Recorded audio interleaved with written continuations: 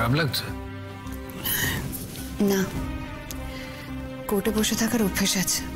তোমার বোন যখন তোমার সঙ্গে কথা বলছিল ভয় হচ্ছিল ও ফস করে বেফাস কিছু বলে না ফেলে, তাহলে কেলেঙ্কারি হয়ে যেত। পুলিশ অনেক কিছু প্রমাণ করার সুযোগ পেয়ে যেত। চিন্তা করো না, ও আমার বোন ঠিকই, কিন্তু ও আমার থেকে অনেক বেশি বুদ্ধি ধরে। এখানে ও তোমাকে না চেনারই ভান করে থাকবে। যাক, চিনলেও নিজেরও বিপদ। পুলিশ ওর পেছনে ফেউয়ের মতো পড়ে থাকবে, কেরিয়ার ও সংসার ও জীবন সবকিছু শেষ করে দেবে। আমি এরকম অনেক দেখেছি। তাহলে তো ওর এখানে আসাই উচিত হয়নি।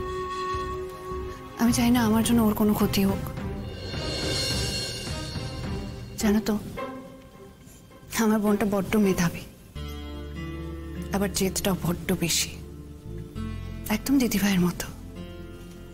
দেখছো না, আমি ওদের সঙ্গে কত খারাপ করেছি, তারপরেও দুজনেই এসেছে আমার জন্য। আর স্রোত নিজে আমার জন্য উকিল ঠিক করেছে। কি এত গুজুর গুজুর হচ্ছে? এত কি কথা? বিয়ে করেছেন? না।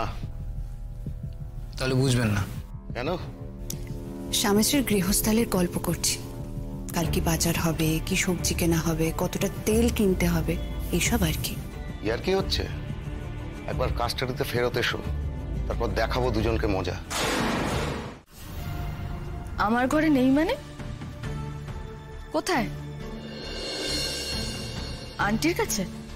মা বাচ্চা সামলাবে, তাহলেই হয়েছে। না না, ওই নতুন দিদিমণি তো অফিস থেকে এসে পড়লো, তারপর থেকে মেয়েকে নিয়ে নিজের কাছেই রেখেছে। সেই তখন থেকে মেয়ে তার ঘরেই আছে। সিমির কাছে?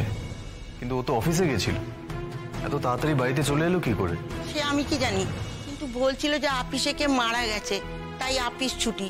তার দিদিমণি তো অনেকক্ষণ ধরে এসছে, সেই তখন থেকে মেয়েকে তার ঘরেই নিয়ে রেখেছে।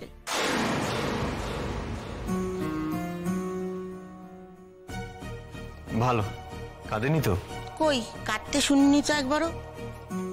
ওর খাওয়া হয়নি নমিতাদি, তুমি বলেছিলে ওকে খাইয়ে দেবে। দিদি বোধহয় খাইয়েছে, তুমি তো বোতল রেখে গিয়েছিলে। দিদি তো বোতল নিয়ে ঘরে চলে গেছে।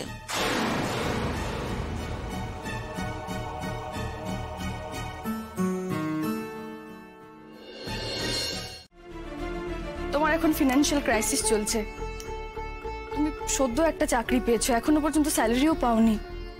তার মধ্যে প্রত্যেক মাসে বাবার চিকিৎসার জন্য এতগুলো টাকা তোমাকে দিতে হয়। আমার খুব খারাপ লাগছে সিমি, তুমি ওর জন্য এত কিছু এনো না, কোনো দরকার নেই। তোমার ভালোবাসা আর ইন্টেনশনকে সম্মান করেই আমি কথাটা বলছি সিমি, তুমি প্লিজ অন্যভাবে নিও না। সত্যি কথা বলতে নষ্ট করার মতো টাকা তো এই মুহূর্তে তোমার কাছে নেই, তাই না? সেদিন তুমি একটা জামা কিনে আনলে, আজকে এত বড় একটা পুতুল নিয়ে এসেছো, কেন করছো এগুলো? আর আরো একটা বিষয়, আমি চাই না বিল্লি না চাইতেই অঢেল কিছু পেয়ে বড় হোক। ও ভালোবাসায় বড় হোক, বেশি কিছু একগাদা জিনিসপত্র পাওয়ার দরকার নেই ওর। রাই, তুমি অত কিছু ভাবেনি।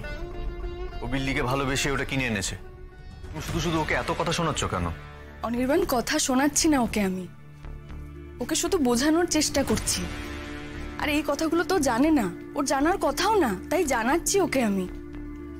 আমি জানি আমার মেয়েকে ও কতটা ভালোবাসে, আর যারা আমার মেয়েকে ভালোবাসে আমি তাদেরও যথেষ্ট সম্মান করি। কিন্তু কি বলতো অনির্বাণ, আমি তো মধ্যবিত্ত বাড়ির মেয়ে। না চাইতেই কোনো কিছু পেয়ে যাওয়ার এই অভ্যেসটা না মানুষকে জিনিসের মূল্য দিতে শেখায় না, ভালোবাসারও গুরুত্ব দিতে শেখায় না। সেই জন্য ওকে এতগুলো কথা বলার।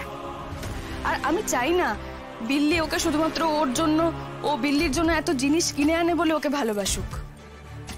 আমরা প্রত্যেকে ওকে খুব ভালোবাসি, আর সেই ভালোবাসার খাতিরে এই গন্ডিটুকু আমাদের মনে কাটতে হবে অনির্বাণ।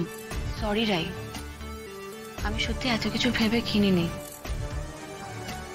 আসলে তোমার মেয়ে বিল্লি এত মিষ্টি না, ওর মুখটা দেখলেই মনে হয় খালি আদর করি, আর মনে হয় ওর জন্য ভালো ভালো গিফট কিনি। কিন্তু যা ওর জন্য বা ওর শরীরের জন্য বা ওর ভবিষ্যতের জন্য ক্ষতিকর, সেটা সত্যি করা উচিত নয় আমার। এই সিমি, চুপ কর তো। তুই এত কথা বলছিস কেন? তুই যা করেছিস বেশ করেছিস। যে কোনো বাচ্চা ভালোবাসা মানুষই এই কাজ করতে পারে। তাছাড়া আমরা তো রাইয়ের মতো অত মেপে ভালোবাসতে শিখিনি না। তার রাইয়ের এই কঠিন কথাগুলো আমরা বুঝতে পারছি না। বাই দ্য ওয়ে, রাই, তোমার মুডটা অফ কেন? কি হলো কোটে? তোমার বোনের জেল হলো বুঝি? যাবজ্জীবন নাকি কয়েক বছরের? একটু আগেই উনি বললেন যে সেই কেসের তদন্ত এখনো চলছে। তাহলে উনি কি করে বললেন যে আমার ক্লায়েন্ট কান্তিভূষণ সেখানে ডাকাতি করতে গিয়েছিল? সেক্ষেত্রে আমার ক্লায়েন্টের এটা সম্মানহানির ব্যাপার। আজও অব্দি পুলিশ কিন্তু সেই গয়নার দোকানের ডাকাতির কিনারা করতে পারে এবং চার্জশিটও হয়। অথচ একজন সাধারণ নাগরিকের দেহ আঙুল তুলে দেওয়া হলো।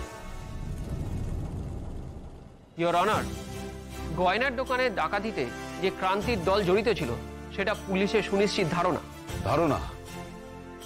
ইওর অনার, তাহলে এখন আদালতে ফ্যাক্টর বদলে ধারণাকেই প্রাধান্য দেওয়া হচ্ছে।